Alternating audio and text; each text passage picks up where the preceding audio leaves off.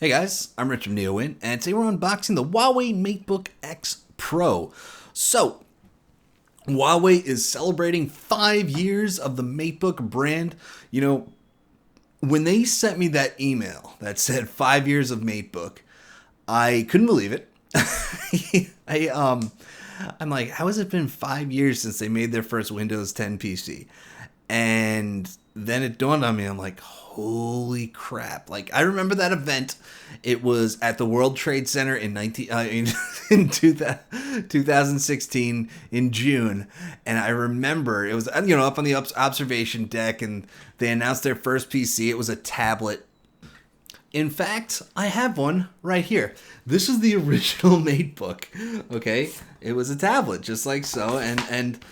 So the next year they came back and they split it into three. They made the MateBook X, the MateBook D, and the MateBook E. The MateBook E was the successor to this, and there was a lot of improvements, right? Because this thing is not great. It was actually very good, but there was some design flaws. For instance, it had a magnetic a magnetic attachment on the back, and it wasn't very strong, so you could just kind of, but anyway, that was the MateBook E. They ended up giving it a proper kickstand and stuff like that. But the MateBook D was kind of the mainstream or the mid-range or whatever.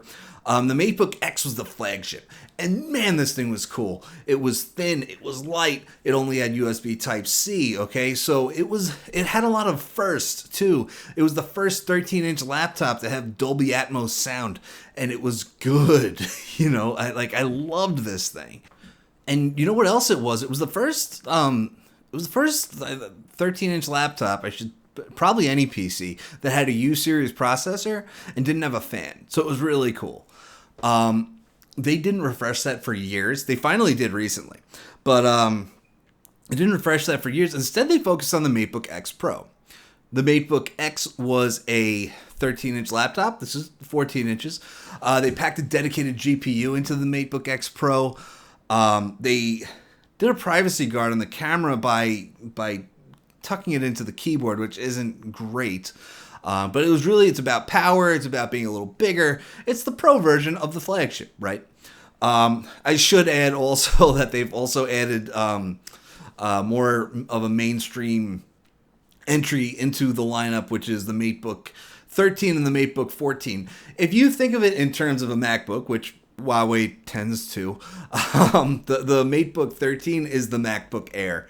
The MateBook X and the MateBook X Pro is the MacBook Pro. Stuff like that, right? So, and by the way, those are also very good. So they refreshed the MateBook X Pro and the 13 and the 14, and they're refreshing the MateBook D with a new 16-inch model, which has 45-watt AMD Ryzen processors. No dedicated graphics, though. And that's one thing that's interesting about this. No dedicated graphics. It's the first MateBook X Pro that doesn't have dedicated graphics. It used to have, not powerful dedicated. It's like NVIDIA MX type of deal. So, I did ask them about that because this thing's got a Core i7-1165G7 in it, which is good. Intel's Tiger Lake processors are great. Comes with Iris Xe graphics, which is also great. And I wonder, I just wonder, considering how good Iris Xe is, with this generation and everything, I wonder how necessary that NVIDIA MX series is. Just in general, do we need it anymore? Is it actually beneficial, considering that it's using more power and adding weight to the device? I don't have all those answers, but I assume that Huawei tested it with both. But by the way, they are adding a GPU in some markets, so who knows? But this one is Iris Xe graphics. It's got 16 gigs of RAM, terabyte of storage, 13.9-inch touchscreen. By the way, touch was another thing that they added for the Pro. It was not in the MateBook X, because the MateBook X was all about being super thin, super light. So that was one thing, a compromise they had to make. It was so yeah. Yeah, so that's one of the things that's new. Another thing that's new is a new trackpad that has Huawei Share built into it for a bigger surface area. And that's one thing that's super cool about Huawei laptops. If you've got a Huawei phone, you can use Huawei Share. You can open the Gallery app on the phone, and highlight a bunch of pictures, tap it against your laptop, and boom, it just transfers them over. And it makes it so easy. Like it's a super good wireless transfer method. Not a lot of companies have a good wireless transfer method. Apple does. You know, if you've got an iPhone and you've got a MacBook, AirDrop is great. If you don't have if you have an iPhone and you have, you know, a Windows PC, there's if you go and you go and record a 4K 60 frames per second video with your iPhone, which you can do, you know, a 2-minute video, which is going to be, you know, probably a couple gigabytes or close to it, maybe just one. Still, how do you transfer that to your computer, right? You can install iCloud on your computer, which sucks, but it'll get the job done. You can upload it to OneDrive, which is a good product, but it uploads super slowly. Okay, so like there's no great way of doing it. So Huawei has an ecosystem. Right? Huawei has an ecosystem. Like, it's not just the PC and the phone, which, by the way, the phones are awesome, right? Like, we've covered this extensively, just the awesome cameras, and I've explained that anytime I go somewhere and I care about the pictures that I'm going to take, I have a Huawei phone with me. That's how it goes. Okay, so a nice, easy way to transfer them to a PC, Huawei Share. It's awesome, you know. But obviously with Android phones, you could use wired transfer just as easily. I also love the Huawei Watch GT2 Pro, the Huawei Watch GT2 Pro. Not that there's a huge difference between the GT2 and GT2 Pro. It's mostly style, but you know, I love that thing. You know, it's a great watch. Oh, look at that. That is a pretty laptop. It's yeah. So, you know, I've mentioned before that they'll compare it to a MacBook. You know, like Huawei is caught some slack in years past saying they copy Apple, and you know, there was a time when they would shamelessly admit it. If you ask them, like, hey, why is the settings menu in EMUI designed like this? And they say, well, it makes it very easy for iPhone users to come over because it looks like iOS. It's like, okay, sure. But this is a Microsoft thing right here. You know, Apple does not make PCs in this color, but it reminds me of Microsoft Surface Laptop in cobalt blue, which is beautiful. So anyway, we do have a cable in here, which is USB Type-C to Type-C. We'll keep that in there. I do have plenty of Huawei chargers. Okay. We'll keep that in there. And then the power, I'm guessing, is not going to be a US adapter. Yeah, it's going to be a European adapter. I've heard that this model actually comes with a UK keyboard, which is interesting because it's something that I'm not used to using. But man, this could, like, I love this design. I love the color is called emerald green, right? It looks like cobalt blue to me, and it's one of those things where you'll get two people that will just sit there and argue over whether it should be called blue or green, but it is what it is. And then it's got, like, notice that it has the silver Huawei logo on it. Similar to like how HP does Poseidon Blue on the HP Spectre, where it has the silver accents with the blue color. Like, man, that's pretty. It's a nice look. I want to take this out and show my friends this laptop. I want to go hang out with my friends at Starbucks and just pull this out and just say, oh, okay, yeah. Let me just, because you know that's the kind of laptop where people are going to turn around and be like, oh, what is that? Yeah, and then you get to turn around and say, "Oh, this is the new Huawei MateBook X Pro." So yeah, if we open this up, we can see that trackpad takes up all of that free real estate there. It's not clickable. I mean, it's not clickable when it's off because it's not a mechanical keyboard. We've seen that in MacBooks. We've seen MacBooks for years where they have this haptic keyboard, and Apple's really perfected it. I've seen it in a couple Windows laptops now, like. Both from Lenovo. The ThinkPad X1 Titanium Yoga is quite good. The Yoga 14 is not. So I'm curious to see, you know, the thing about the haptic capacitive touchpads is just that you might have a problem with sort of just drag and drop operations. Sometimes they're not great with multi-touch. Like if you go to drag and then you put your other finger over here to continue dragging, it just doesn't pick up on that second touch, and then you have to start over, and it's not fun. So we're gonna boot this up. We're gonna set it up. Interestingly, this has a feature on it where it wants me to enable auto updates, which is mostly for the PC Manager stuff. That's the Huawei stuff. So that brings us right into the PC here, and we've got, the stuff you'd expect to see, Windows 10 hero image. So let's go back down here because that's where the cool stuff is. So it's got the chiclet style keyboard that we're used to, 1.5 millimeter key travel. I love this trackpad. Like I said, it clicks when it's powered on, which is great. Intel Core i7 1165 G7. That's the top of the line from Intel for an ultrabook like this. Versus say an 1160 G7, which you'll get in something that's even thinner and lighter than this, right? So that's cool. I do love this trackpad. I love that it's big. I love that it takes advantage of all the real estate here. We got speakers on the other side of the keyboard, which is great. And we've got the power button up here, which has a fingerprint sensor built into it. So I had mentioned that the bunch of firsts for the MateBook X, and one of those was, but one that I didn't mention, I should say, was that it had the fingerprint sensor in the power button. And this set forth a trend in the PC industry, in fact, because what happened was when you would boot up the PC, it actually scanned your fingerprint sensor when you pressed it.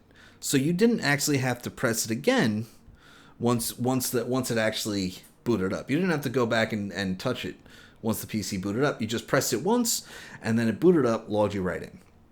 Yeah, I remember how amazed I was in the original MateBook X that did that, because I remember going back and checking, because you would press it and wait, did it actually scan my fingerprint, or did it just log me in? I don't even know, because So, I think that's really cool, because the thing about biometrics is that it's supposed to be natural. It's supposed to be a natural way to log into your PC. Facial recognition was always a good idea because it simply sees you and then it lets you into your PC. And that makes sense. So now it's just a button that you're pressing anyway. It recognizes you. It lets you into your PC.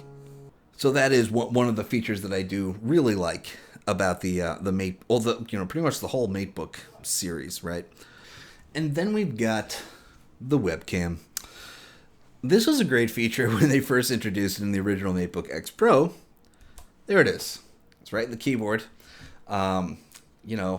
It's probably one of the worst webcams out there. And it was, even when it came out, because it's not even Dell used to put the webcam below the display on its XPS lineup, and HP called that the nostril cam in briefings, because it was just kind of pointed up at you. It's not natural. This makes it even worse by moving it forward in the keyboard. The only one I've seen that's worse than that is Acer's Swift 7 actually had one that was on this side of the keyboard, which was awful. But anyway, it was a great idea when it came out, because it was a privacy guard. Boom. No one can see through your camera. No pieces of tape necessary. Nothing. No one can see through your camera. And then there was a pandemic. And, it's funny, like when Dell used to do that, they used to put that webcam below the screen. I would ask them, every time there was a new XPS, I'd go, so, webcam's still below the screen, huh? And they'd say, yeah, well, we couldn't fit it in the top bezel. And that might be an issue here, too, by the way, with this MateBook X, because remember, it does have that 91% screen to body ratio, super narrow bezels.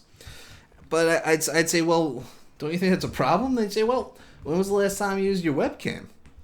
Every time, I would say, never. I never use my webcam on my laptop, And then a pandemic hit, and now suddenly a lot of us, have conference calls. We work from home. We use Zoom. We use Teams. When someone wants to meet with you, they do a video chat, So you're seeing a lot of people putting out laptops that are made for what's being called the new normal. And, a webcam and the keyboard is not that. So that, honestly, this is a miss for this laptop. It's a big miss for this laptop. The webcam is more important now than ever. And that's super disappointing. The rest of this, awesome.